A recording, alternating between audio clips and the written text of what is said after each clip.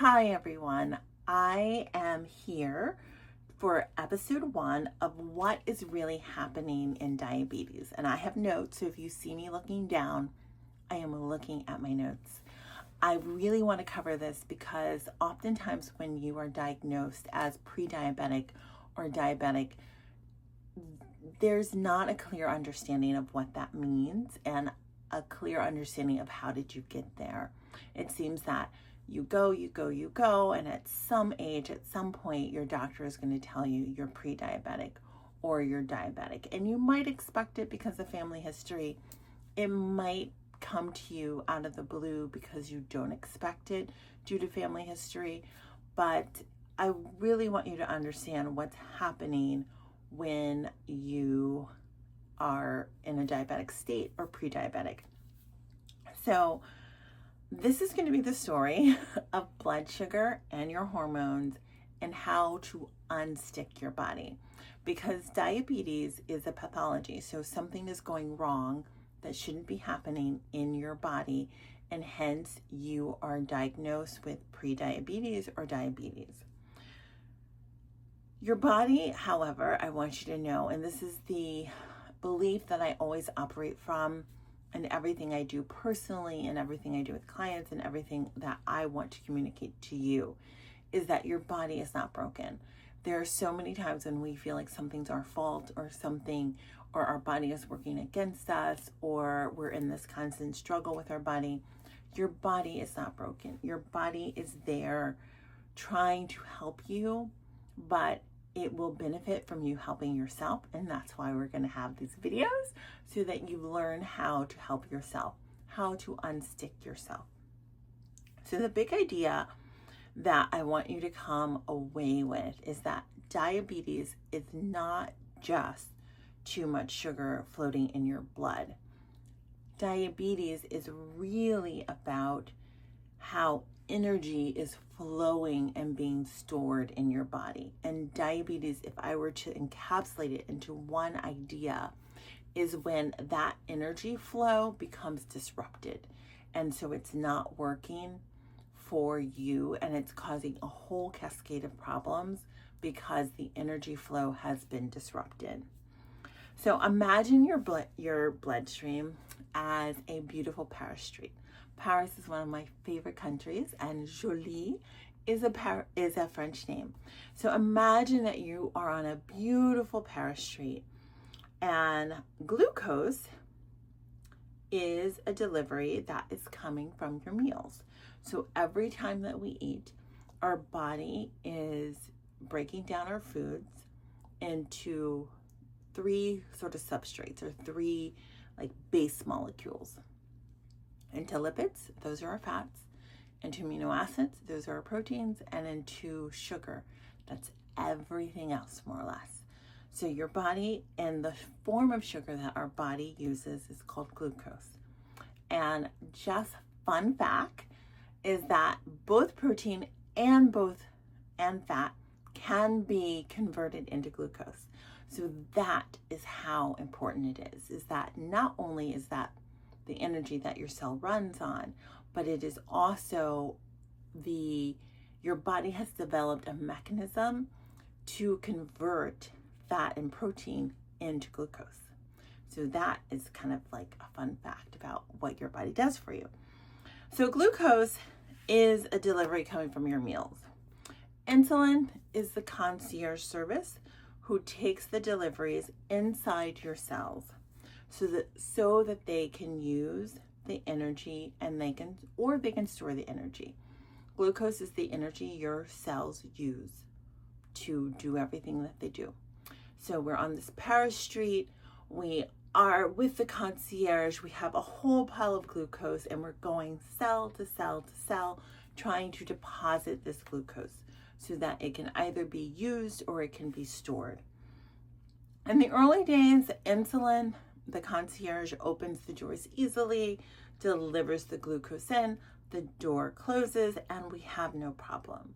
However, when the delivery concierge of insulin keeps coming and coming and coming, pretty soon those doors are more reluctant to open. They're like, no, no, no, no, no. We have enough packages of insulin, of glucose already. Our mailroom is overflowing with glucose. We do not need any more deliveries.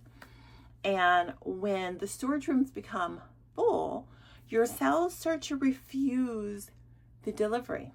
And this is what we call insulin resistance.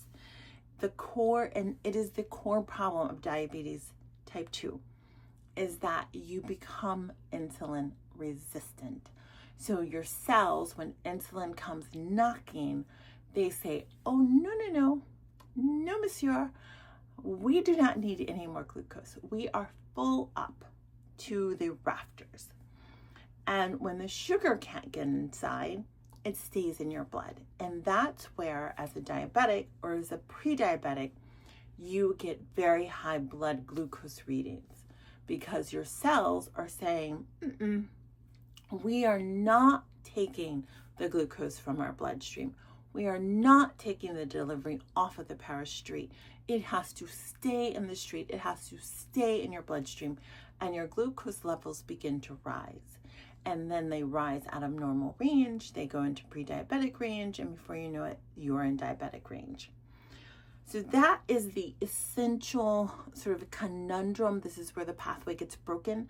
This is where you get stuck in your body, is insulin resistance. The cells say no, thank you.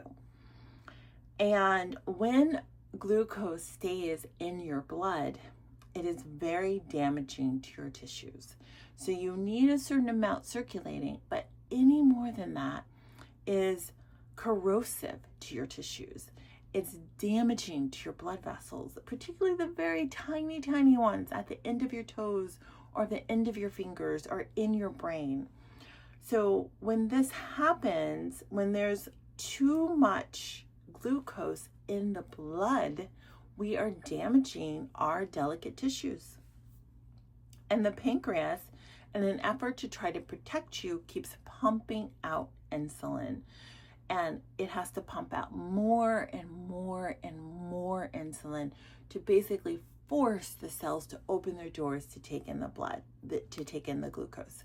So it's like, instead of the concierge going ding dong and you opening the door and him depositing the glucose, instead the concierge begins to knock violently and then to rip open the door and deposits the glucose. So this is what's happening. So why does your body get stuck? What is happening before then that is making your body say, we have enough? The first thing that's happening is an overflow of the storage. Your muscles and your liver are already packed with glucose, and they're the first places that your body goes to store your excess glucose, is in your muscle as glycogen and in your liver. Once they're already packed, they say no thank you. And then the overflow storage unit is the fat that you have, your subcutaneous fat, that's the fat underneath our skin, and our visceral fat, that's the fat in between the organs of within our abdominal cavity. That's the visceral fat. It is the fat in between your organs. So there's an overflow of storage. The fat says we got enough energy. Your muscles say we have enough energy. Your liver says we have enough energy. We don't want any more. Number one reason. Number two is insulin overload. The constant elevation of insulin, because we need more and more insulin to manhandle or to force those doors open. Insulin, the high insulin from that, and high insulin from eating frequently. This is where being a grazer is not your friend. High insulin from sugary drinks. When you drink sugar, it's like mainlining sugar into your body. From processed carbs, because they're super fast and super easily absorbed in your body, that those foods end up spiking your glucose levels. And when they spike, your body sends out a fire hose of insulin, and your cells say, I really, really don't want to take in any more energy. I really, really don't want to. So your body gets stuck from an overflow in the storage units, from elevated insulin levels over long term, and thirdly, for cellular burnout.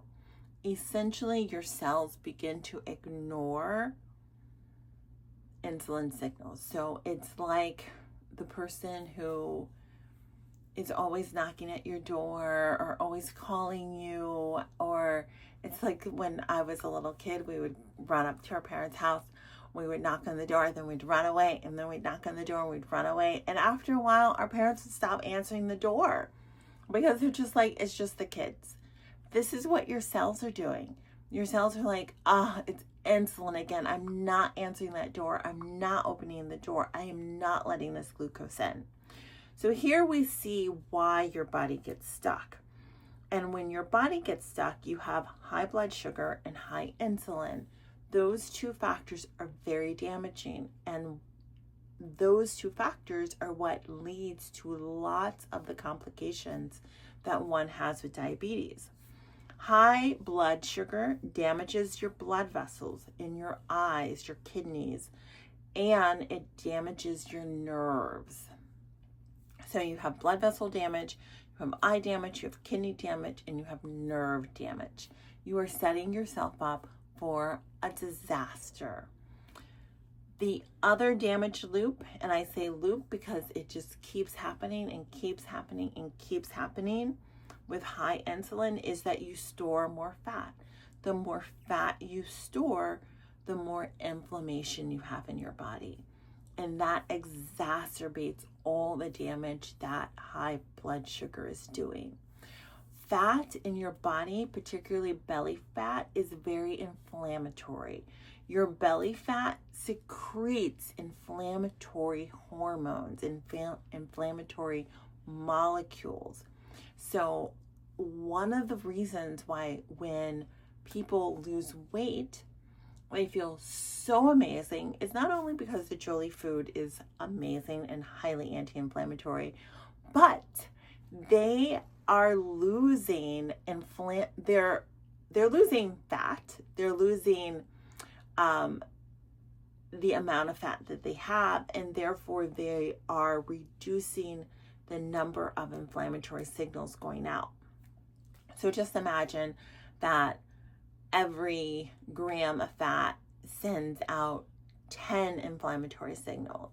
Well, each gram that you lose means that you're getting fewer and fewer inflammatory signals. So I do want you to remember that your belly fat is just not sitting there. It's just not frustrating you by how it looks. It's just not frustrating you because your clothes don't fit or your belt is too tight. Your belly fat is inflaming your entire body. And so we got to get rid of it. So the thing that I want you to understand and the thing that I want you to take away is in almost every case of your health, there is not a point of no return. So your body is working for you. Your body wants to heal. And so you can begin to pull that line back in. You can begin to address your diabetes so that it becomes less serious, or so that it goes into remission, or so that you no longer have diabetes. That is the hope, because your body can become sensitive to insulin again. And when we give it the right food rhythm, when we give it the right nutrients, and when we adopt glucose-friendly habits, then we are able to turn the clock back so that the concierge works again. And this is what we want to do.